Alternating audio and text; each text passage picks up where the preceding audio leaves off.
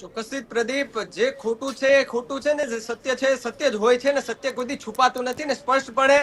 જ્યારે પણ જો સત્ય બહાર આવે તો કદાચ ભારતીય જનતા પાર્ટીના દિગ્ગજ નેતાઓના નામ પણ સામે આવી શકે છે, પણ એ નિર્લિપ્ત રાયની તપાસના જે ખુલાસા બહાર થાય, બહાર આવે તો ખબર પડે કે આ ઘટનાની અંદર શું સંડોવાયેલા હતા, કયા નેતાનું નામ હતું, શું ખરેખર જે આરોપ લગાડવામાં આવી રહ્યા હતા એ આરોપો સાચા હતા કે કેમ, ભ્રષ્ટાચાર થયો હતો કે કેમ, આ બધી જ વાતો અને જે લગભગ જે આંકડાઓ જે દર્શાવવામાં આવ્યા હતા એ રીતનું જે કામ થતું હતું કે કેમ, એને લઈને પણ સૌથી મોટા સમાચાર સામે આવી શકે છે. પણ જેના અંગત મદદનીશ છે એ નિહાર કાલાવાડિયા, કે જેને પોસ્ટ મૂકી હતી એ સમયે પ્રદીપ, કે મોર બોલી ગયા, કુકડા બોલી ગયા, બધી જ વાત છે. તો પછી મારે પણ એ તંત્રને અને પોલીસને વિનંતી છે, સરકારને વિનંતી છે કે જ્યારે એક ગુજરાતની એક દીકરીનો વરઘોડો નીકળતો હોય છે ને, ત્યારે એ ધારાસભ્યના પર્સનલ આસિસ્ટન્ટ એટલે કે પીએ એવી પોસ્ટ મૂકે છે કે આજે તો મોર બોલવાને બદલે આજે તો કુકડા બોલી ગયા મોર, અહીંયા અમરેલીની અંદર. આ કઈ ભાષાનો ઉપયોગ કરે છે જ્યારે એક દીકરીનો